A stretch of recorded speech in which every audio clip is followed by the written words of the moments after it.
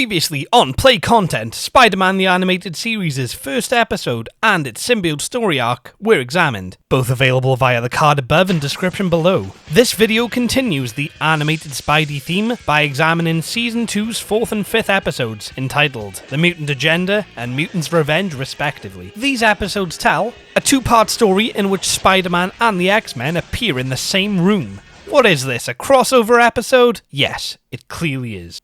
Erica! Upon discovering he's mutating in mysterious ways, Spider-Man seeks the help of Professor Charles Xavier. After Spidey meets Xavier's heroic team, Beast is captured and an engrossingly layered plot involving unethical experiments and the conflicting goals of several familiar Spider-Man rogues, not that type of rogue, unfolds. Capably choreographed versatile action, playful conversations and general fan service is provided by the X-Men's inclusion. Thanks to interesting expansion of the show's setting, eventually intertwining storylines and ranged exploration of philosophical themes such as guilt, self-loathing, self-acceptance, companionship, fear of the unknown and prejudice, meaningfulness is added to the action, which ensures that the episode never solely relies on the novelty of Spider-Man and the X-Men being shown in the same room. What is this, a crossover episode? Yes, I said it was earlier. Erica! Importantly, the X-Men's personalities are clearly exhibited, so that even the presumably small number of audience members unfamiliar with them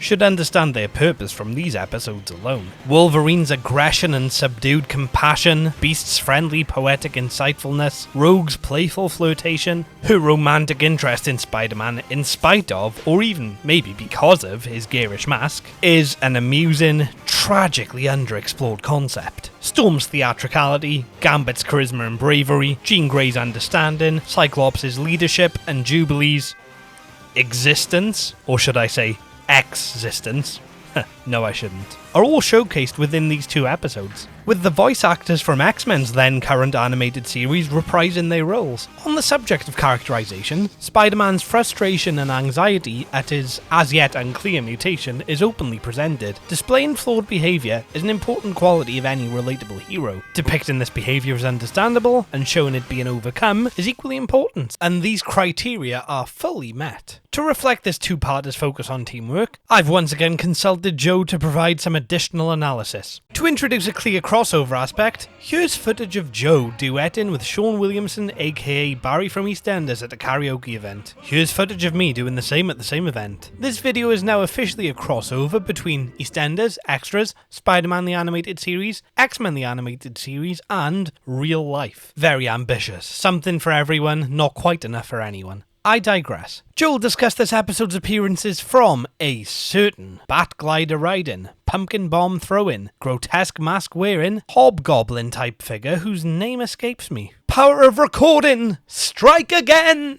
Hello webheads, it's Joe again. I'm back with my little bit, and this time I want to talk about the Goblin persona and what the animated series does differently from the comics and why it works so well. Warning, the word goblin may be uttered so many times throughout this bit that it may lose all meaning. Proceed with caution, you have been warned. Unlike the comics, the animated show chooses to introduce Hobgoblin before Green Goblin. A strange choice, but when you look at it, it makes complete sense. The Green Goblin is one of Spidey's biggest villains, arguably his nemesis, and after decades of overuse in the comics universe, Green Goblin was eventually retired, for a time anyway, and his successor, the Hobgoblin, was introduced. Green Goblin is the alter ego of Norman Osborn, who takes a formula designed to give him superhuman abilities, but instead warps his mind and makes him mentally unstable. Whereas the Hobgoblin is a refined version of the character, who makes a better formula that gives him all the good stuff and none of the bad. Although it may seem like having a more competent version of the character is better, it actually feels like a step down, as we lose some of the character depth that comes with Norman not actually being able to control the Goblin.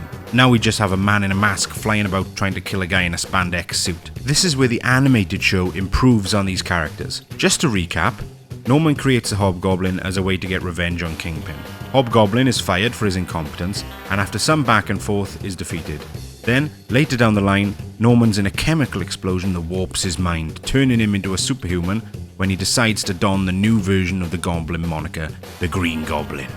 By introducing Hobgoblin first, we get a more generic version of the character, who acts as a mercenary between the show's baddies, before eventually getting Green Goblin as a much more interesting take on the character, with more three-dimensionality of him not being able to control his villainous actions due to his warped mind. And this development of the Goblin character feels like much more of a natural progression, from a silly masked villain to a serious threat to Spider-Man. And, aside from all that, the show even gives us a reason for the Goblin being an actual goblin, a historical symbol of fear, as Hobby puts it, rather than just goblins look evil. Let's use one as a baddie, which I'm sure Stanley and Steve Ditko didn't do. Thanks, Joe, I guess, for that segment on some classic Spider-Man rogues. Not that type of rogue. There are a lot of backgliders in the Spider-Verse. The place must feel like Bat Country. And now I know what song to end the video with. This two-parter, partially based on and partially named after a comic book story arc beginning in 1994, concludes with the X-Men praising Spider-Man for his help. As true believers will know, Spidey is frequently criticised unfairly and suffers enormously for his acts of heroism. Gaining the trust and friendship of other heroic outcasts was a natural and genuinely moving conclusion, to which my own conclusion will pale in comparison. While its greatest achievement is providing the simple yet valuable pleasure of witnessing Spider-Man and the X-Men sharing screen time. What is this, a crossover episode? Yes! I keep saying!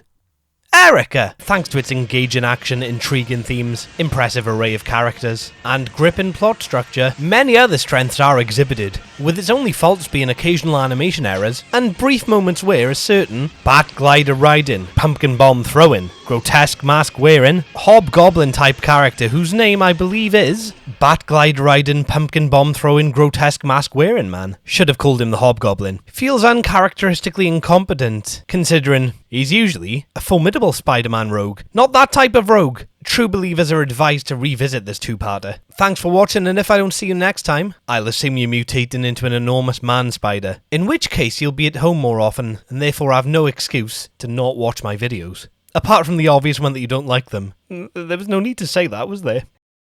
Can't you help me as I'm starting to burn all alone? Too many doses and I'm starting to get an attraction. My confidence is leaving me on my own. No one can see me and you know I don't want the attention.